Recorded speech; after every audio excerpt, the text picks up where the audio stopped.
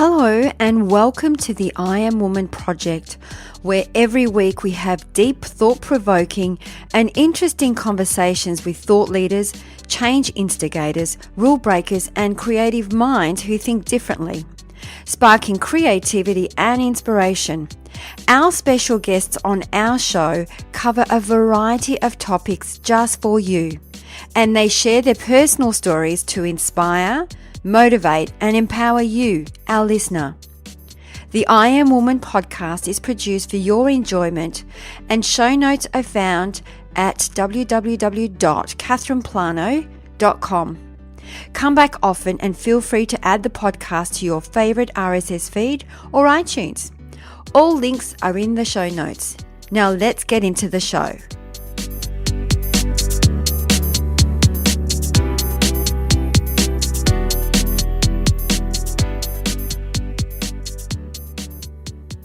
We have a bubbly personality for you today.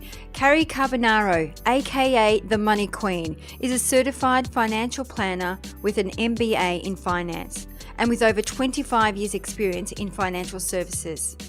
Cary's latest book, The Money Queen's Guide, for women who want to build wealth and banish fear. #1 on Amazon, bestseller in several countries.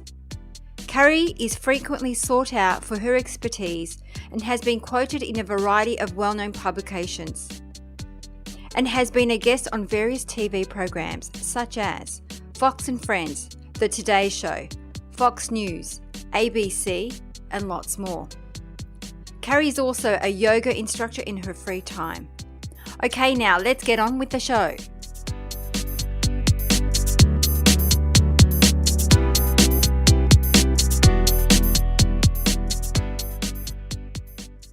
Welcome, Cary. We have Cary Carbonaro on the show today.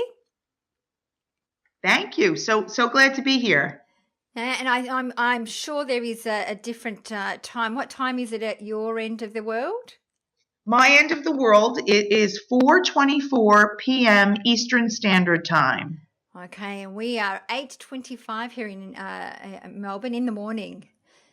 So there you go. Isn't it amazing? Right. It is amazing. So I just wanted to, before we get started into, our podcast, I'd love to hear a little bit about you. So just giving us a bit of a snapshot into Cary Carbonaro. Sure. So I consider myself a female advocate. That is my role in life, is to be an advocate in every which way for a woman. I'm also known as the Money Queen. That's my nickname and my trademark. I am also a certified financial planner, and I've had 25 years experience in the financial service arena. I am an author. I am a professor. I am a yoga instructor in my spare time. And overall, I think I am a great listener and a big fan and supporter of women. Wow, that's fantastic. I love Money Queen. I've got to ask you, how did you come up with the name? Believe it or not, it's so funny because I work in financial services. I don't know if you, I guess you know this, but I don't want to assume that everybody knows this, but it's male dominated. I don't know if is that common knowledge? It is actually. Okay, so very male dominated. So it's about an 80-20. And so it's funny because most of my life I'd never even realized that it was. It was just what I was drawn to because I grew up with my father, who was a big influence on my life, and he was in the money field. And so me and him, he taught me money my entire life. So I always say when kids like play ball, like with their father, me and him, went to foreclosure auctions or did money related stuff. So I did that from the time I was 5. So it's literally in my blood. And so somebody from my office in my firm started calling me the Money Queen, and I just thought it was the greatest name ever. And then everybody started calling me the Money Queen. And then I decided to name my book The Money Queen's Guide. Love it. It's a cool name, Money Queen. So tell me, what's the best part of your job? The best part of my job for me is helping people. And obviously, when I say people, most of them are women. I mean, not exclusively, but probably would say the majority are women. And, especially during difficult parts of their lives, when somebody either loses a spouse or any type of death whatsoever, or a divorce or a job loss, anything that's incredibly traumatic, which is usually when I get involved, because I get involved in people's lives when they're usually at some sort of crossroads or crisis or reevaluation stage, and that's when I come into their lives. So it's good for me because I get to really be a force for good. And I remember a client saying to me once, I will never forget how you were with me when my husband died. She goes, I'll remember that for the rest of my life. Oh, wow, you've just given me goosebumps. And when you think about it, it is true that, these are difficult times that people go through when they're going through divorces or, a death in the family, and it's highly emotional, and it's hard to even think straight, let alone, start talking about finance or money and it's great to have some support there to help them through that. So that's fantastic. Yes. Thank you. With the benefits of hindsight, what would you have done differently in your life? Well, it's interesting. I think about that often, and sometimes it keeps me up at night. But I would have stayed at every one of my jobs until I was vested, no matter what. That's something that a little bit haunts me because I walked away from money, and being the money queen, I don't really like to do that. I also married the wrong man at one point in my life, which cost me dearly. I write about it extensively in my book. The best advice I've ever been given by my dad was to invest in myself and my education and my training, and that can never be taken away from me. And so I know I just answered two questions in one. No, that's okay. I mean, I look at it, just listening to what you were saying, I think that, there sometimes, even though they're not great experiences to go through, I think that we all take learnings from those experiences, and they obviously make you who you are today. I Right. think that Well, we hope you learn from them. Otherwise, some people keep making the same mistakes over and over. Learning from them is that's what we're supposed to do in life. We're supposed to learn from those mistakes. It's not like we're not supposed to make them. We're supposed to learn from them. Oh, absolutely. But I think it's necessary to make mistakes. It's how we grow, and that's how we know what not to do. Exactly. And I think I think just listening to what you were saying too, it's allowed you to, from those experiences, to write a book and share it with other people so that they don't go through those similar experiences themselves. Exactly. I mean, it's so funny because when I was going through my difficult time in my life, I kept saying, why is this happening? Like, there has to be a bigger purpose other than me going through this horrible experience. Like and it's funny because I actually thought to myself, I see myself speaking to women on a big stage telling this story someday. And that's exactly what I'm doing. And you will do that. It's perfect. It's a great visualization to continue to fulfill that visualization. I love it. You talked about advice. I'm curious, what is the best advice that you've ever been given? I think to invest in myself and to go, get your undergraduate degree, get your advanced degree, go get my certification in to be a board certified financial planner. I think that education for me is the most important thing that I could have done for myself, and it will always be with me, and it can never be taken away, no matter what. Absolutely. And what is your greatest lesson that you have ever learnt? My greatest lesson, I would say, and this is a tough one, and I write also a lot about this in my book, not letting my emotions take control of my decision-making process. And if you do, it's almost 100% going to be the wrong decision. So are you talking about even positive emotions?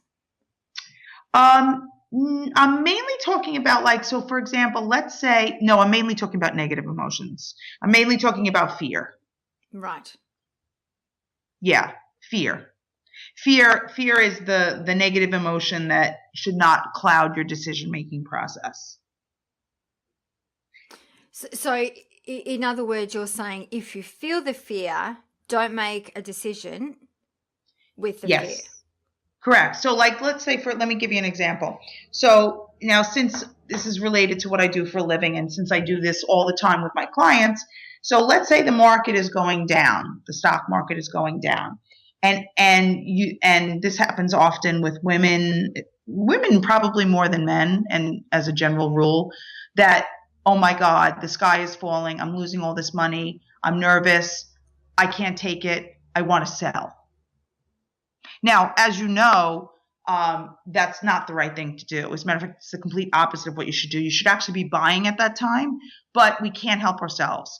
And the fear comes over and takes over, and it, potentially forces us to make a bad decision with our money. And so that's exactly what I'm talking about letting fear and emotions override your clear-headed decision making. Oh, thank you for clarifying that. I have to say that for me, when I bought the house that I am living in, I have to say that I was very fearful because it was an auction. That was one. I'd never experienced an auction. And the other, I was just riddled with emotions and not sure about, was I doing the right thing with the wrong thing? And it happened so fast, and I think I just jumped into it and did it. Mind you, now I absolutely am overwhelmed with that decision. But at the time, I was highly emotional. Overwhelmed in a good way? I think I don't know. I don't know if you would like to label it good or bad. I was just overwhelmed because everything was happening so fast, and I was fearful as well because the whole auction process, it was just so fast. It was, and then all of a sudden it's like, bang, you're the owner of this house. Congratulations. Right. Well, and it's funny because at least I'm happy that you even did it, because some people, the fear paralyzes them and they can't actually even take action. Yes. So the fact that you actually did it, I'm proud of you for doing that. So would it be right to say that when you feel fear, maybe to embrace the fear and feel it anyway and do it anyway? You should definitely feel it. I'm never, ever, ever saying not to feel it. But what I'm saying is to get clear-headed about it. Like, so for example, in my case of my situation with my clients, wanting to sell, they need an objective third party to give them like a reality check. And like for you, if you were working with, I don't know if you were working with anybody, if you had like a buyer's representative or anything working with you, for them to help you and guide you through the process, or an attorney to guide you through the process. So you almost need like an objective third party who's an advocate for you, so that you don't get overwhelmed and you don't get so fearful, and you sort of sort out what's going on here. Right. So that's obviously a piece of advice, or I call it a gold nugget, is if you are going to invest in property, or because you do, I think that when people emotionally get involved in a house, and they look at a house and look, I really, really want it, but then I've got this budget, and then they go over the budget. But having a third party, I've never looked at it that way. Having a third party is not emotionally involved in the investment, and therefore that can be more logical about the decision process. Right. And it's interesting. So part of, as a certified financial planner, I do get involved if my clients ask me, can I afford this house? Should I buy this house? Now, when they come to me, they know they're going to get the true answer, if they like it or not. I'm not going to sugarcoat anything. So I'm going to tell them yes or no. And they're going to, usually when they come to me, they know what I'm going to say, because they either can afford it or they can't afford it. And so I'm going to tell them either way. But what the problem is, when my clients don't come to me and just do it like sort of behind my back, and then we're in big trouble, because then they already overbought, they're already over their head, and then they come to me and tell me. And then what do you do in a situation like that? Then I scold them. Okay. And then I tell them, you're in big trouble, and you should have came to me first, and now here's the ramifications of what we're going to have to do because of this decision. Right. And I actually write about this a lot in the book. There's quite a few examples of exactly this. So obviously, Carrie, you're speaking from experience. Yes. You have actually experienced all of these kind of I situations have. in life. I have. Fantastic. Okay, so what advice would you give your younger self? Oh, that's such an easy one for me. Be careful who you marry. It will cost you big time. If you don't pick the right spouse. And the funny thing is you may not ever know, because that person could change, you could change, you could grow in separate spots. And I don't know the answer to that, of who gets it right the first time and forever. But I married the incredibly wrong person, and it was a incredible life lesson, and that shaped me and changed me and made me who I am today. Maybe I was supposed to go through that. Could I ask, is that something intuitively, did you know that from the start? Yes. Okay. Yeah. The reason I ask is I yes. think that, sometimes we have these gut feelings, all these inclinations, and we ignore them and we go ahead, move forward with whatever we've decided to do. And then as it turns out, you knew all along it wasn't the right person. Does that make sense? Yes, because I think it's really hard to know, well, how do you know if they're the right person, and or the right or wrong person? And I think intuitively we always know in our gut whether it's the right or wrong person. It's whether we actually listen to that instinct that we're feeling, where our body's going, no, don't marry him, he's not the right person. But you just ignore it, and your head goes, no. And then logically you think, no, he's this, he's that. I think, no, I'm going to go ahead with it. Yes. Yeah. Exactly. But I think that they're all lessons. We all learn something from it. They are. Well, it's interesting because I am happily married now, years later, and I think to myself that maybe I would not have been with this fabulous man that I'm with today if I didn't go through what I went through. Absolutely. So it's a lesson. It's a life lesson. Absolutely. They're all life lessons. Yeah, I agree. And I think that sometimes you need to make mistakes to know what not to do, and to do it differently the next time. Absolutely. Yes. So, Carrie, what keeps you up at night? What do you worry about? It's funny. I'm at this moment in my life, I'm not that much of a worrier. I sleep fabulous, and I get at least 8 hours a night. But what keeps me up, when I am up, is situations that are out of my control, whatever that may be, like ISIS, or something that I have no control over, that's just going to happen. Or even a financial collapse, or just like the financial crisis of 08 and 09, and the credit crisis of 07. That was pretty horrible for me, for what I did for a living. And I'm always worried that another one of those is going to happen. So that's probably the only thing that keeps me up at night. So how do you get through that? So how do you let go of the things that you can't control? It's very hard. I mean, for me, I guess the only way to do it is I do yoga, and I use melatonin to go to sleep, which relaxes me, and then I'm fine. And then I'm out for the night. Once I'm out, I'm out. So if I could just stop my head from racing and relax and meditate and take some melatonin, I'm good. And I'm a really good sleeper. I have to say I'm a big fan of melatonin. It's fantastic. What I normally do, I have sometimes where I have clients or even friends that worry about things they can't control. And what I normally do is get them to write a list down of the things that they worry about. So like similar to what you talked about. And then next to it, write down, how much control do I have over this? And most of the time you'll find it's 0%. Zero, exactly. And research tells us that, 90 to 95% of the things that we worry about, we have no control over. So how do we shift that mindset? And how to shift that mindset is to focus on the things that we can control. Yes. So then I get them to write down a list of the things they can control, and then put a plan around that, so their focus, it shifts that focus away from being a worrywart into being a manifester. Exactly. Yeah.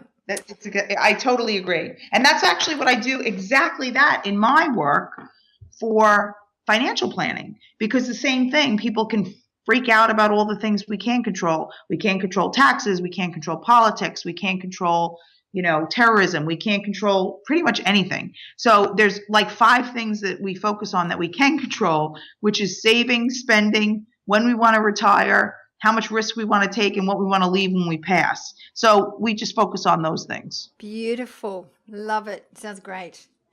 So what drives you? What inspires you? So I am definitely internally driven. I've always been. And who inspires me? I would say that varies. Smart, independent, positive people who want to change the world. So somebody like a Gloria Steinem, she absolutely, absolutely inspires me. Even Madonna inspires me. Let's see. I was just thinking about this the other day. The Fed, Janet Yellen, she inspires me. Who else inspires me? I guess it's all women too, which is kind of weird, but only women inspire me. I'm inspired by men.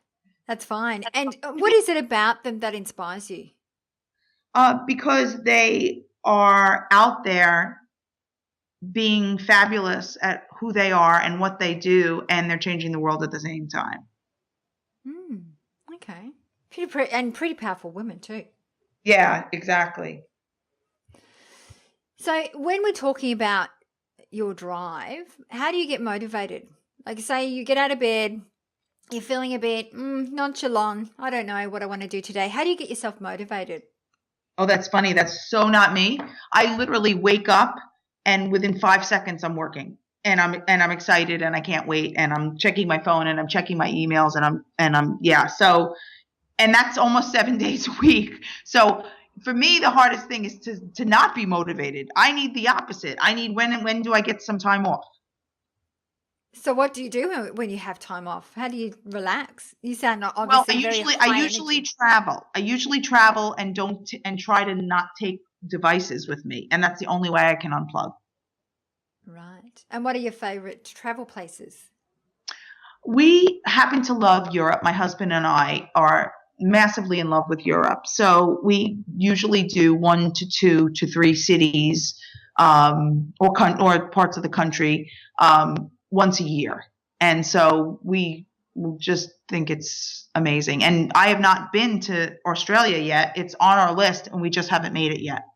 I think it's because of the flight time.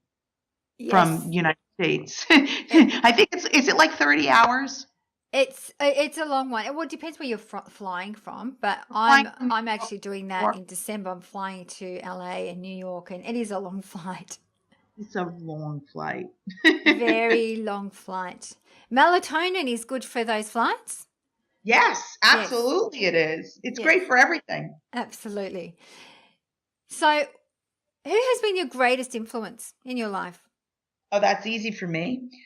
It was definitely my father. And unfortunately, I only had 35 years with him because he passed when I was 35. And he was, he worked in the money field. And so he taught me everything I know. And I was brought up like a son that went to speaking engagements on money, and we'd spend the weekends doing stuff. We went to foreclosure auctions. I worked on his rental properties with him. He taught me everything related to money.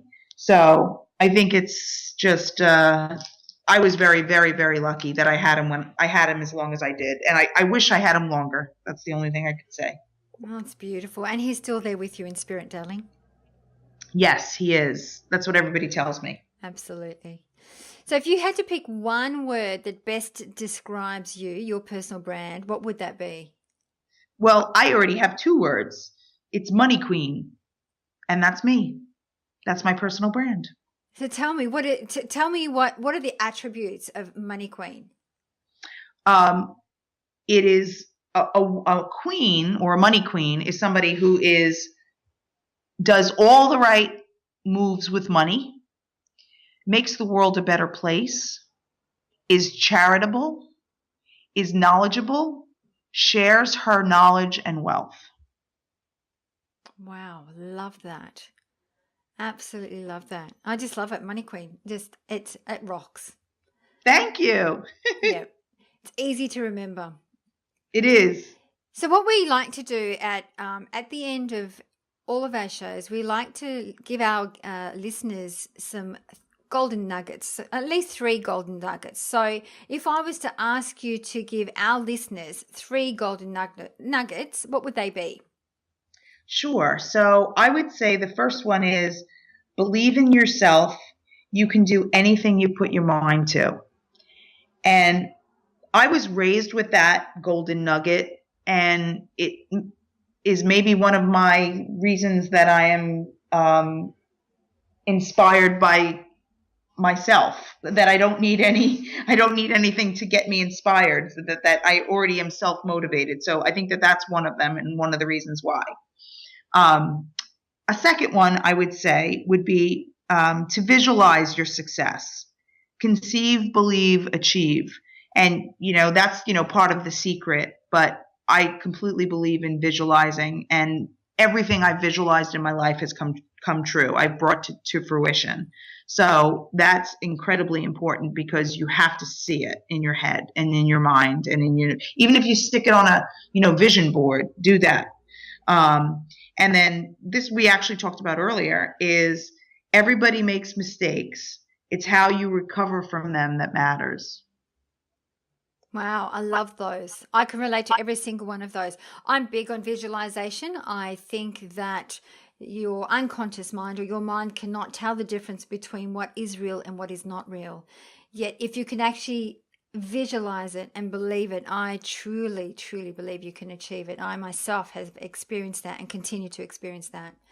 So, and I'm big on vision boards. I create a vision board every single year and have done for 15 odd years. And I think that it just helps even more so with your visualization. So I love it. Yes, thank you. Thank you. So when you're saying believe in yourself, and this is a big one, I was having a conversation with a lady just before when we're talking about believing in oneself. I mean, how do you believe in yourself if you don't know how to do it? What would be some advice around that? It's funny because I remember when I was first starting out in my career, and I was always incredibly confident. And I remember I was going for a promotion, and somebody said to me, "How could you just go for that promotion? How do you know that you can even do it?" And I said, "Because I just believe that I can do it. And whatever it is, I'll figure it out, or I'll learn it, or somebody will teach me." And it's not even like that. The concept of, what do you mean? Why are you going for that promotion if you don't know how to do it yet? It wasn't even in my consciousness of my realm of possibility that I wouldn't be able to do it. So that's the whole inherent believe in yourself. And I don't know how you do it, because I've been doing it my whole life. So maybe you have to do self-affirmations to get there.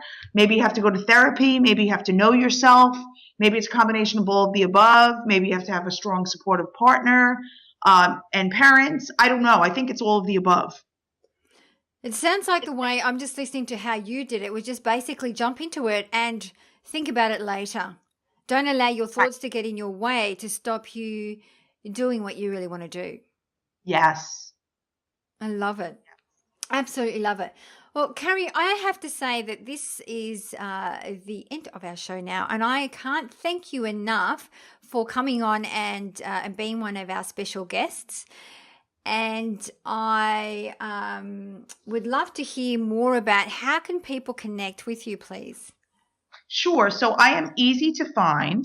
You can find me on Twitter, and I'm at Cary Carbonaro, and I'm also at Money Queen Guide on Twitter. My website is moneyqueenguide.com. I'm on Facebook at Cary Carbonaro and at Money Queen Guide. And I'm also on LinkedIn at Cary Carbonaro Money Queen CFP. Fantastic. Love it. I don't think anyone will ever forget Money Queen. I think that is something that is going to stick with me forever. Money Queen. I just love it. Great. So once again, thank you so very much for your show, for your time, and I look forward to speaking to you again. Fabulous. Have a wonderful rest of the day. You too. Take care. Okay, bye. Bye.